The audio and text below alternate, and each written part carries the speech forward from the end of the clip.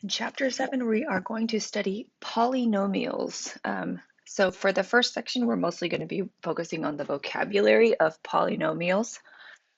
And so you can hear me say polynomial a bunch of times till you get used to saying it. Okay, so the first kind of polynomial is a monomial. A monomial is a number, a variable, or a product of numbers and variables with whole number exponents.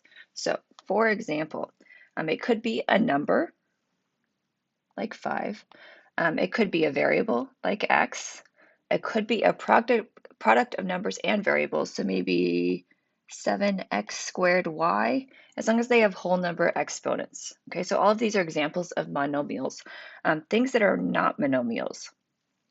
If I do the square root of x, that's not a monomial. If I divide by an exponent, that's not a monomial. And it has to have positive exponents or whole number exponents. So this is also not a monomial. I also can't have fractions on my exponent. So as long as it's whole number exponents, it could be a constant or a variable. So that's what I'm talking about when I say monomial. I mean any of these type of things. Okay, so the degree of a monomial is the sum of the exponents of the variables, and only the variables. Okay, so for each of these, on your paper, just next to it, write degree. Sometimes I abbreviate degree with DEG. Okay, so I only care about the exponents of the variables. So if I look at A, it's 5x to the 7. If I look at the exponent on the variable, the exponent is a 2, so the degree of this monomial is 2. Okay, so for B, it's negative 7x to the second y to the third.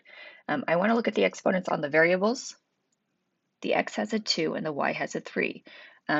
Because there's more than one variable, I want to find the sum of the variables, which means add them. So 2 plus 3 means the degree of this monomial is 5, because that's the number of exponents that are being, or the number of variables being multiplied in this monomial.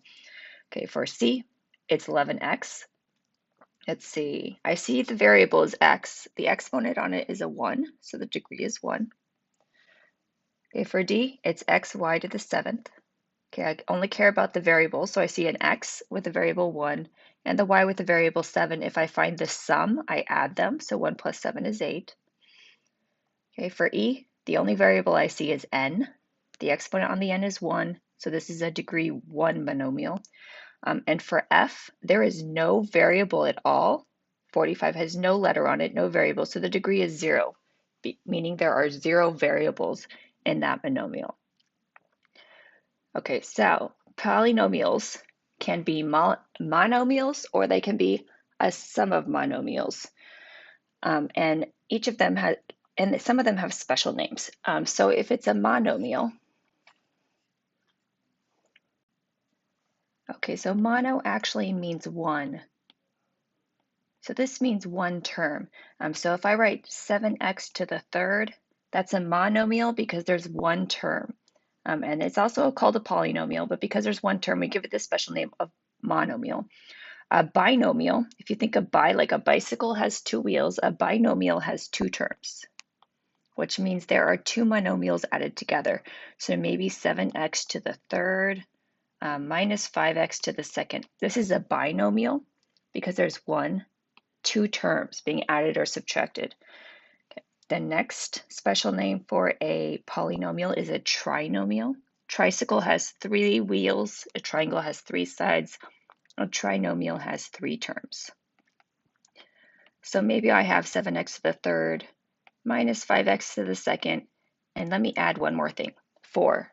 So now I have 1, 2, 3 terms, so we can call that a trinomial. Now technically, poly means many, or 1, it could be 1. So this is a polynomial, this is a polynomial, this is a polynomial, but a polynomial could have as many terms as I would like it to have. So I could make it have even more terms. And it's also a polynomial. Polynomial is the term that covers all of these nomials. It's a general term. Okay, now if I want the degree of a polynomial, because it has so many terms, I take the highest degree of any one of the terms, rather than the sum of each of them. So I look at each individual one and I see which one is highest. The next word is called standard form. Standard form is going to be very important because this is normally how we write a polynomial. And polynomials in standard form are when the terms are written in order from highest degree, and when I say degree, I mean exponent, to lowest degree, which means exponent. Okay, so I'm going to go ahead and look at this first polynomial here. It says 7x plus x to the third. There's two things being added and they're in a random order, so I can put them in any order I want. So I'm going to look at their exponents first to put it in standard form. So this is x to the third. This is x to the 1. For it to be in standard form, I put the highest exponent term first, which means the x to the third goes first. And since this is a positive 7x, I'm going to put that next because it has a lower exponent. Okay, now the degree of the polynomial is the highest exponent on any one term.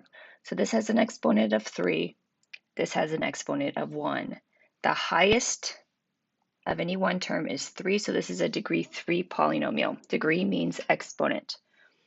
Okay, the polynomial type is asking how many terms are in this polynomial. Does it have a special name? So I'm adding x to the third plus 7x. So I'm adding two terms together. Because I'm adding two terms together, the special word for two terms is binomial, because bi means two. And that's counting how many terms. The degree is looking at the highest exponent, and standard form is going from highest exponent to lowest. Okay, I'm going to go to the next example, B. It says 3 plus 5x squared minus 7x. Okay, I want to look at each individual term, and I want to compare their exponents. Okay, so this 3, that has no exponent, so that's 0. This term has a 2 exponent. This term has a 1 on its variable. So the highest exponent I see is 2. So I'm going to put the 5x to the second first. The next highest exponent is the 1, so I put minus 7x. And then the 3 didn't even have a variable, so that goes last. And if I look at this, it's going highest exponent 2, 1, 0 to lowest exponent. Okay, degree, remember degree is exponent, so highest exponent. Okay, well the highest one was the first one. In standard form, it'll always be the first one. So since the highest exponent is 2, I put a 2. And I look and see how many terms there were. There's 1, 2, 3 terms being added or subtracted. The abbreviation for 3 is tri, the prefix. So this is a trinomial. Okay, now the last one, C is negative 5z to the 7th. I mean, there's only one term, so it has an exponent of 7, but there's nothing else, so it's going to have to go first and last. It's the only thing there. Okay, for the degree, I'm looking for the highest exponent. Well, the only exponent is 7, which makes it also the highest. Okay, and then I only have, let me see, I have only one term here. The abbreviation for 1 is mono. So this is a monomial. That's the special name for it in terms of the polynomial type. Okay, I'm going to do one more example involving evaluating polynomials. You do not need to copy this. Do not copy because it's a lot of words. We'll practice it in class to make sure you get used to it, and we're just going to plug in. Okay, but they're going to add extra words to it, so I just don't want you to get freaked out by the words. I want you to understand that all we're doing is evaluating the function. Okay, so this says the area of a rectangle is given by a equals x squared plus 8x, where x represents the length of the side. Okay, for the first question, if the length of one side is 3, so the length of the side is 3, so they're telling me x equals 3. Find the area. Well, area is going to be the a. Okay, so if I look at that original equation, I'm going to rewrite it just so you can see it. They want me to find a, and they tell me that x is 3. So I'm going to make this 3 squared plus 8 times 3. I'm just plugging it in like we did on function notation. And then because it says to find the area, that means solve it. 3 times 3 squared is 3 times 3, so 3 times 3 is 9, plus 24. So the area is 33. It should be square centimeters, but I'm going to have your geometry teacher worry about your units with you. And then I'm done. It said find the area. I found the area. It just had a bunch of words while it was describing what to do. Okay, so for the follow-up for this, it says if the length of one of the sides of the rectangle is 10 feet, find the area. Okay, so I'm going to do the same thing, except this time I'm going to say that x is, what's the length of this side? Here it is, 10 feet. So I'm going to make x equals 10, but I'm going to use the same equation to find a. So what was it? X squared plus 8x. Okay, what is 10? 10 to the second is 10 times 10, which is 100. 8 times 10 is 80, so the area is 180. The unit should be square feet, but again, I'll have your geometry teachers worry about that.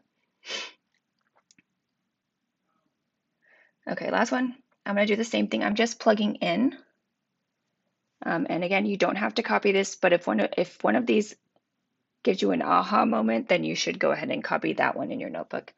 Okay, so this one says the height of a football after it is punted is given by the equation h equals -2 squared plus 7t plus 5. So what are they even telling me? This is the height of the football? Okay, so this is the football height here. Okay, where t is the seconds.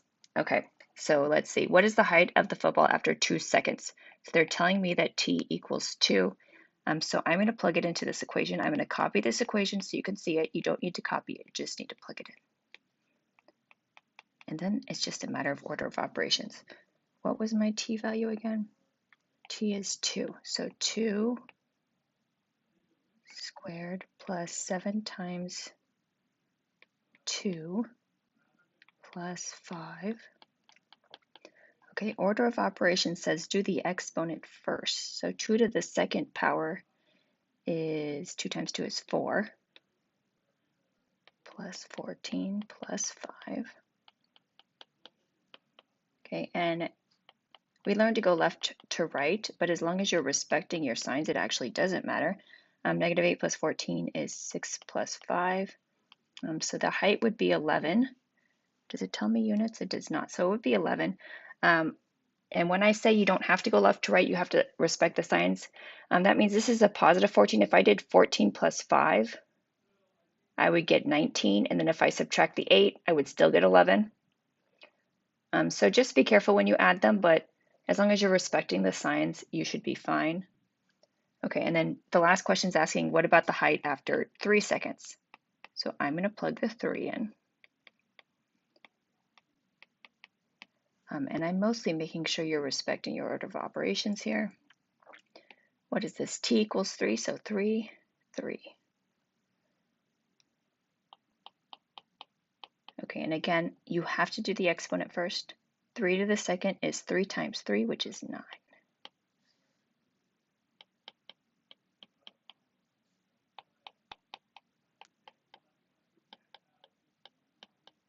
Okay, and then for the last step, again, respect your signs, but the order actually doesn't matter. So -18 plus 21 is 3, 3 plus 5 is 8. So the height is 8 somethings, it doesn't tell me. But again, if I did, say I did 21 plus 5, I would get 26. If I subtract 18, I still get 8. So just be careful, and then you'll be fine.